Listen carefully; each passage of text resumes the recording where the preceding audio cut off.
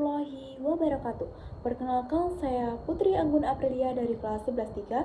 Di sini saya akan menjelaskan materi tentang dinamika konstitusi negara Indonesia dari waktu ke waktu. Selamat menonton. Konstitusi pertama Indonesia adalah Undang-Undang Dasar Negara Republik Indonesia tahun 1945 yang disahkan sehari setelah proklamasi kemerdekaan. Masa berlaku 18 Agustus 1945 sampai 27 Desember 1949. Konstitusi ini awalnya direncanakan sistem presidensial, namun pada masa revolusi fisik terjadi perubahan mendasar dengan dikeluarkannya Maklumat Wakil Presiden nomor 10 tahun 1945 dan Maklumat Pemerintah 14 November 1945 yang mengubahnya menjadi sistem parlementer. Bersifat singkat dan sementara karena dibuat dalam keadaan perang dan diperkirakan akan disempurnakan oleh Badan Konstituante yang akan dibentuk. Berakhir seiring pengakuan kedaulatan Indonesia oleh Belanda yang mensyaratkan berdirinya negara federal yaitu Republik Indonesia Serikat.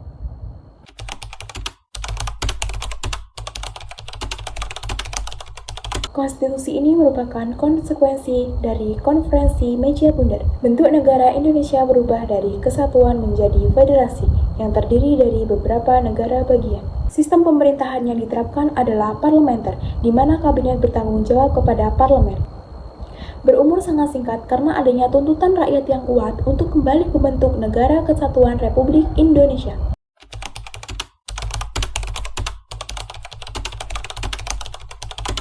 Yang ketiga, Undang-Undang Dasar Sementara 1950 dengan masa berlaku 17 Agustus 1950 sampai 5 Juli 1959.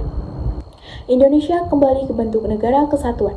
Namun konstitusi ini bersifat sementara karena tugas semacam Undang-Undang Dasar definitif diserahkan kepada lembaga konstituante. Berakhir karena kegagalan konstituante menyelesaikan tugasnya. Situasi politik yang tidak menentu menyebabkan Presiden Soekarno mengeluarkan dekret.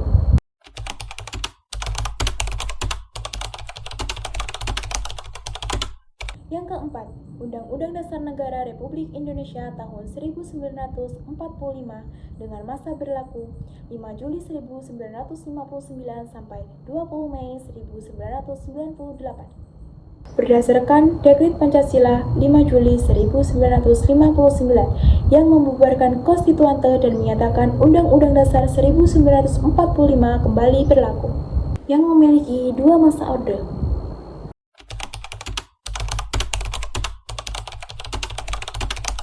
Undang-Undang Dasar 1945 diimplementasikan dengan penekanan kekuasaan pada Presiden.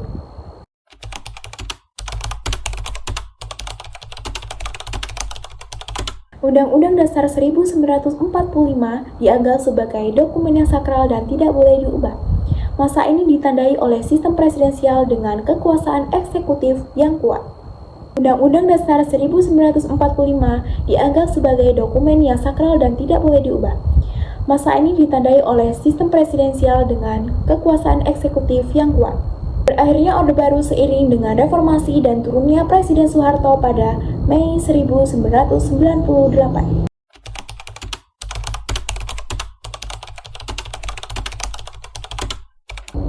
Yang kelima, perubahan Undang-Undang Dasar Negara Republik Indonesia tahun 1945 dengan masa berlaku 1998 hingga sekarang. Tuntutan reformasi untuk membatasi kekuasaan presiden, menjamin hak asasi manusia, dan menciptakan sistem pemerintahan yang lebih demokratis. Undang-Undang Dasar 1945 telah diamandemen sebanyak 4 kali. Perubahan kunci meliputi: yang pertama, pembatasan masa jabatan oleh presiden menjadi maksimal 2 periode.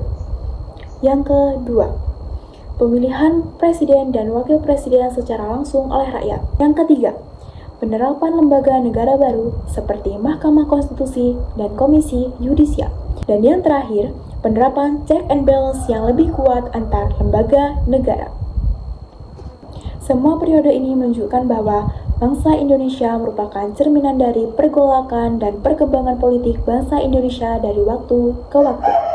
Sekian materi yang sudah dapat saya sampaikan. Apabila terdapat kesalahan kata maupun perbuatan, saya mohon maaf. Terima kasih. Saya ucapkan wassalamualaikum warahmatullahi wabarakatuh.